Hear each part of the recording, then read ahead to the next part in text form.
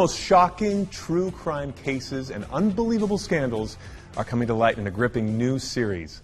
Legal analyst Beth Karras is here to break down the twists, the turns, and untold details behind these headlines-making cases. So Beth, I gotta ask you, how do you select what stories you highlight in the Curious Case of series? So, first of all, we found that there is an appetite by the public for stories that don't have to involve murder. If you're a crime aficionado, it doesn't have to be murder and mayhem, right? So this was a nice departure from that.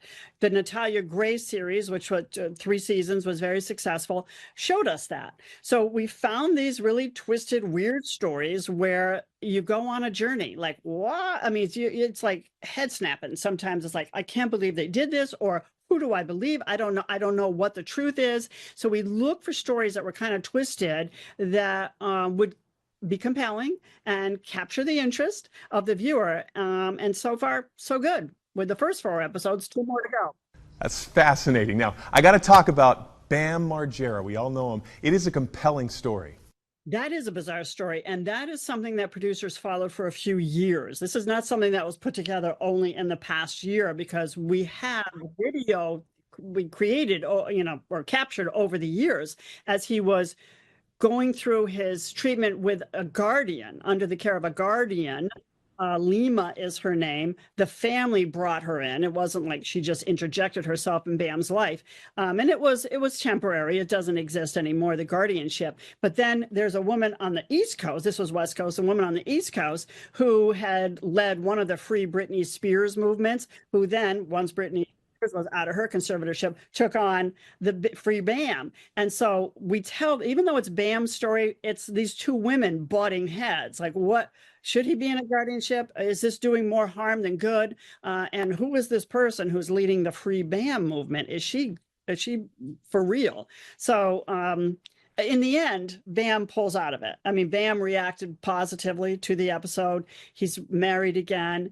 He's sober. He seems to be doing well. So it has a good ending.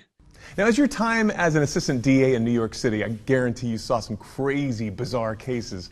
Do you still see those bizarre cases and stories now that you're hosting this series? Oh, yeah. I mean, I saw a lot of bizarre cases. It's Manhattan. But then I covered cases all over the country for Court TV for 19 years, and I saw a lot of bizarre cases there too. But they're different because they're not murders, and sometimes I just don't know what the truth is. I'm not sure, and I think about what jurors have to do. Jurors have to get to the truth. Jurors have to hear both sides, and we present both sides. Say in episode 2, the Mary Day story. I mean, some viewers may come out thinking the real Mary Day lived, she ran away, she's dead now, or the real Mary Day was murdered by her stepfather. People come down on both sides. Okay, we got to talk about the Funeral Home of Horrors. This is nuts. It's a wild story. And that's a recent story, right? I mean, the arrests were in the fall of 2023.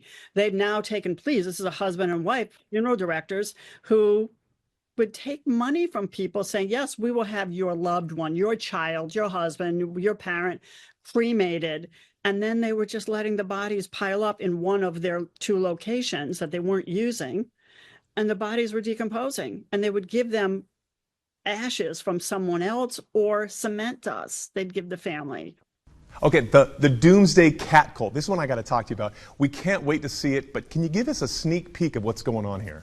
This is a story of a woman, Cheryl Ruthven. I mean, she was in the Pacific Northwest, leading a conventional life, married with a couple of children, and she wasn't particularly religious, but then she started going to this church, following this woman, and then she sort of went down she spiraled into she went off the tracks.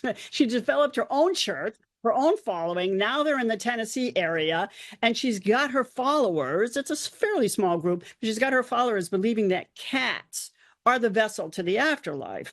And you got to take in to be healthy and assured that you'll get to heaven or whatever.